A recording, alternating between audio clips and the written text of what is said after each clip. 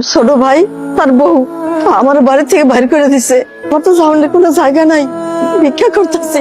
আমি নাকি তোর ভাইয়ের কাছে বুঝা হয়ে গেছি, তোর ভাইয়ের শ্বশুর শাশুড়ি তারা বেড়াতে আইছে।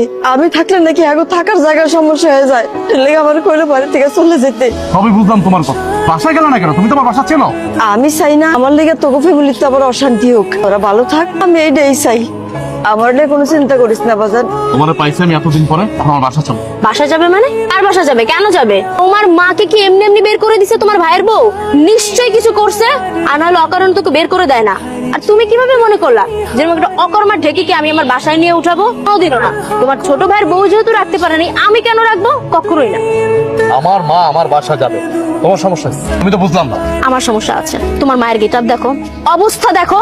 আমাদের বাসায় আমার বাবা থাকে, আমার বাবার সামনে যদি তোমার মাকে নেই তো আমি কি বলবো তাকে যে কেন হুট করে এইভাবে ফকিন্নি ভিক্ষুক অবস্থায় নিয়ে আসছি? তখন এক্সপ্লেইন করবে আমার বাবার সামনে যে তোমার ছোট ভাই আর ছোট ভাইয়ের বউ তোমার মাকে ঘর ধাক্কা দিয়ে বের করে দিচ্ছে আর তুমি নিয়ে আশ্রয় দিছো।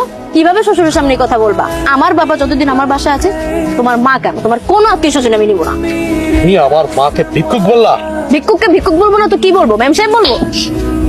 সে আমার মা, সে আমাকে গর্বে ধারণ করছে।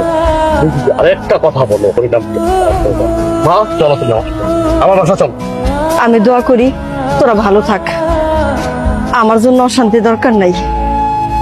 ভালো থাক বাবা। মা মা, তোমার এত বড় সাহস, তুমি রাস্তাঘাটে আমার গায়ে হাত তুলছো, তাও আবার তোমার ওই গরিব ফকিন্নি মার জন্য। দেখো, মুখে লাগাম দাও।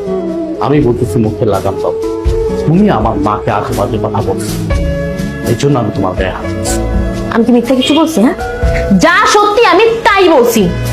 তোমার মা তো একটা অলক্ষী। তোমার মা যদি এতই ভালো হতো তাহলে তোমার ছোট ভাইয়ের কাছে টিকতে পারলো না কেন? হ্যাঁ, সেটাও তো তার ছেলে। তোমার ছোট ভাইয়ের বউ কেন তোমার মাকে রাস্তায় বের করে দিল? হ্যাঁ, নিশ্চয়ই কোন আকাম কুকাম করছে, আর না হলে চুরি করছে হয়তো বা, এই জন্যই ঘাড় ধাক্কা দিয়ে বের করে দিছে। আর তুমি কিভাবে ভাবলা এরকম একটা চোরকে আমি আমার বাসায় নিয়ে আসবো? তাহলে আমি এক কাজ করি, তুমি আমার মাকে আজে বাজে কথা বলার আগে, তোমার বাপ তো আমাদের বাড়িতে থাকে তাই না, আমার কাছে থাকে, শ্বশুর বাড়ি থাকে। তোমার বাপ তো একটা নির্লজ্জ বেহায়া। এক কাজ করি, তোমার বাবাকে এই বাড়ি থেকে বের করো। তুমি কি বলছো সব? আমার বাবাকে বের করে দিবা মানে? কেন চুপ থাকবো? এখন লেগে গেছে না? এখন লেগে গেছে। নিজের বেলায় 16 আনার, পরের বেলায় 1 আনা না। শোনো, তুমি ভেবেছিও না আমি তোমাকে তখনও বলছি, এখনো বলি, এটা কিন্তু আমার কথা না। এই রাস্তাঘাটে যে মহিলাটা ভিক্ষা করতেছে, এটা কিন্তু আমার মা। আমি তার কারণে কিন্তু পৃথিবীতে আসছি। তুমি এত বড় বড় কথা বলতেছো। পারবে তুমি তোমার বাবাকে এই বাড়ি থেকে চলে যেতে? পাঠায় দিতে পারবে?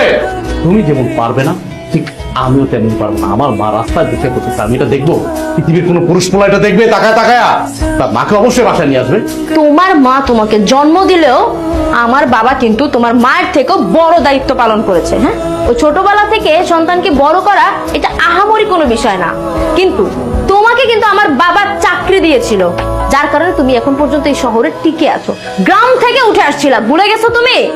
আমার বাবাকে যদি তুমি এই বাড়ি থেকে বের করে দেওয়ার কথা বলো তাহলে ওটা হলো তোমার অকৃতজ্ঞতা, বুঝতে পারছো?